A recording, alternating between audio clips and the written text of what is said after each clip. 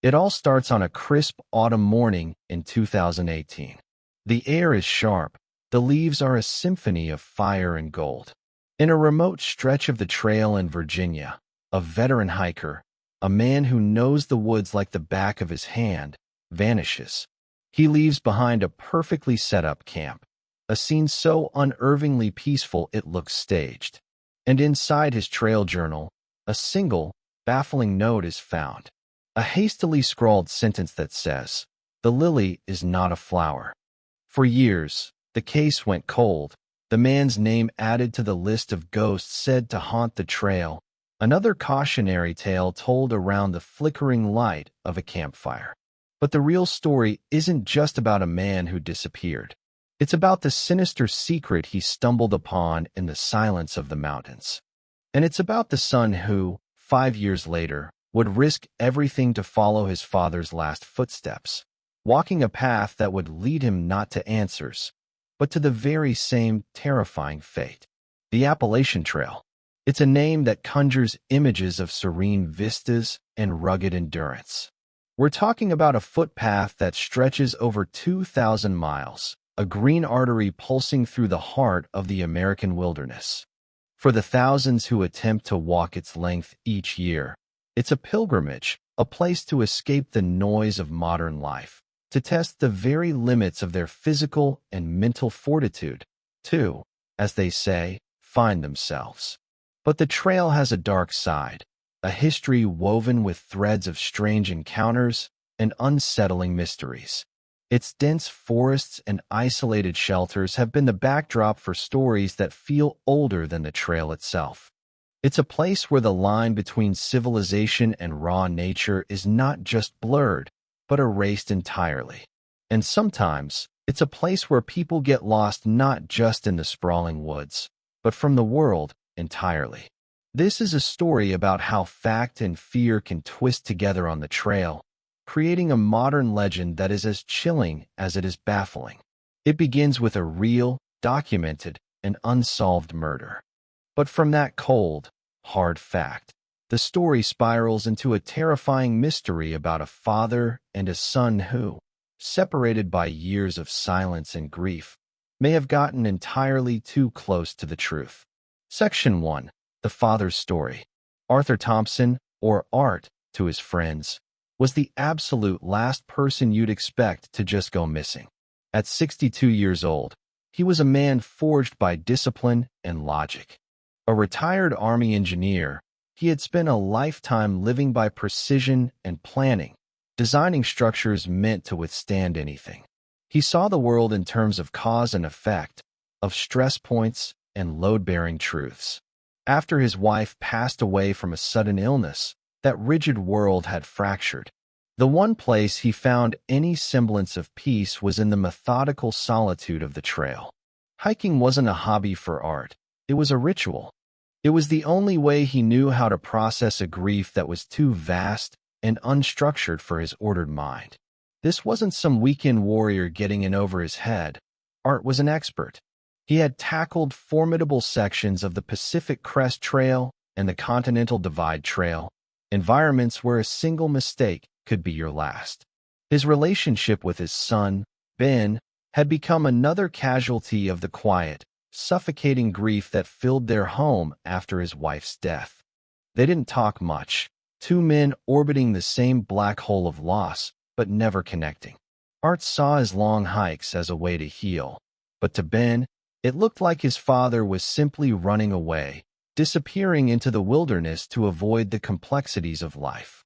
In October 2018, Art set off for what was supposed to be a straightforward 2-week solo hike through a familiar section of Virginia's George Washington National Forest. He sent his son, Ben, a quick, routine text from the trailhead, the kind of message that had become their only form of communication. On the path, all is well. Speak in a fortnight. That was the last time anyone ever heard from him. Art was a creature of habit, and part of that habit was keeping a detailed journal. It wasn't just a log of miles, it was his confidant. The first week of his final hike was exactly what you'd expect from him. His entries were neat, his handwriting precise. He logged his daily mileage, made notes on the glorious fall colors, described the few thru hikers he met, and analyzed how his gear was holding up. Everything was normal. Everything was methodical. Until suddenly, it wasn't. Section 2. The Disappearance and Investigation. A fortnight came and went. Art Thompson didn't come home. When another week passed with no contact, a worried Ben finally called the authorities. Art's car was found right where he'd left it at the trailhead parking lot, a silent testament to a journey that had started but never finished. A full-scale search and rescue operation kicked off immediately, a multi-agency effort involving park rangers, state police, and dozens of volunteers. The terrain was rugged, a tapestry of steep ridges and thick, tangled woods that could easily swallow a person whole. For 2 days, they found nothing. The helicopters circling overhead saw only an unbroken canopy of autumn leaves. Then, a ground team found something that only deepened the mystery.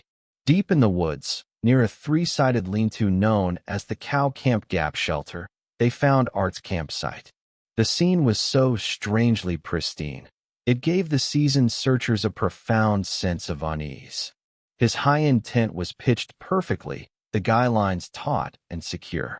Inside, his sleeping bag was unrolled neatly, with his full, heavy backpack propped against it, as if he were just about to organize it for the next day.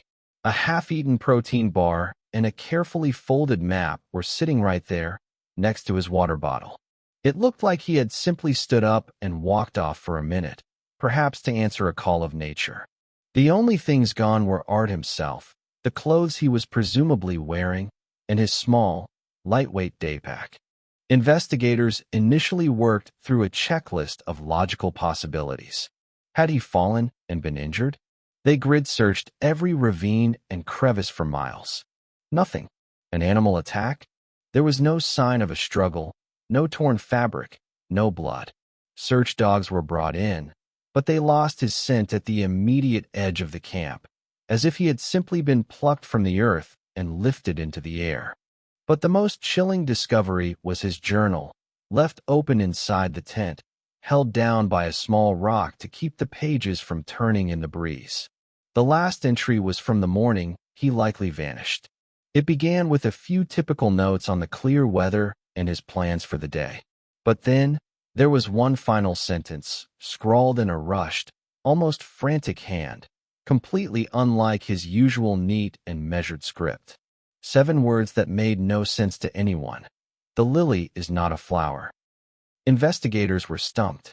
They looked for hikers with the trail name Lily, but found none. They considered it a coded message, a sign of a mental break, or even a poetic final thought. But none of it fit the profile of Arthur Thompson, the pragmatic engineer. With no evidence of foul play, no body, and no leads, the official search was eventually, and reluctantly, called off. Weeks of one of the largest search operations in the park's history had turned up absolutely nothing. The case went cold. For 5 long years, the woods kept their secret. What could that bizarre journal entry possibly mean? Was it a cryptic clue, a sign of a delirious mind, or something far more sinister? Before we get into how his son's hunt for answers takes an even darker and more terrifying turn, make sure you subscribe and hit that notification bell. You are not going to want to miss where this trail leads. Section 3. The Son's Mission. 5 years later, in the crisp autumn of 2023, Art's son, Ben, was still haunted. The official declaration of his father's death had brought no peace, only a profound, gnawing emptiness. Their relationship had been rocky for years, another casualty of the unspoken grief that had poisoned the air between them after his mother died. Ben had always resented his dad for disappearing into the wilderness, seeing it as a selfish act, a way for Art to check out on life and on him. And now, in a twist of cruel irony, that same wilderness had swallowed him whole. He was consumed by regret. Regret for the phone calls he didn't make, for the arguments he'd started, for the vast, unbridgeable distance he had let grow between them. Driven by this guilt and a desperate need for some kind of closure, Ben decided to do the one thing he had always refused to do with his dad. He was going to walk in his father's footsteps. He quit his marketing job in the city, packed a bag, and set out to retrace Art's final, fatal hike. Ben wasn't a hiker, not like Art. He was a city kid, more comfortable with concrete than with forest trails. But he had his father's old journals from dozens of other hikes, a library of his father's thoughts and experiences. And he had a sliver of hope that seeing what his dad saw, walking where he walked, would finally give him an answer, or at least a sense of peace. Ben's journey became a pilgrimage. At first, the hike was grueling. His body ached, and the solitude of the woods felt oppressive. But every night, in his tent, he would read his father's old journal entries. And through those words, he started to meet the man he never really knew. He wasn't reading the logs of a distant, uncaring father.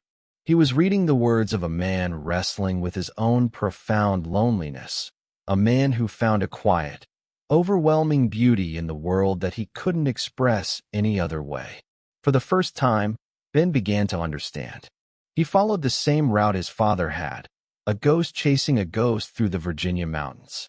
As he got closer to the location where his father's camp had been found, a sense of dread started to build in his stomach. He finally reached the cow camp gap shelter. The air was still and heavy. He sat down at the very same worn picnic table his father had likely used 5 years before. With trembling hands, Ben pulled out his phone. He typed the only clue he had, the 7 words that had become his obsession, into the search bar. The lily is not a flower. Appalachian Trail. Section 4. Uncovering the secret. What he found had nothing to do with flowers, botany, or poetry.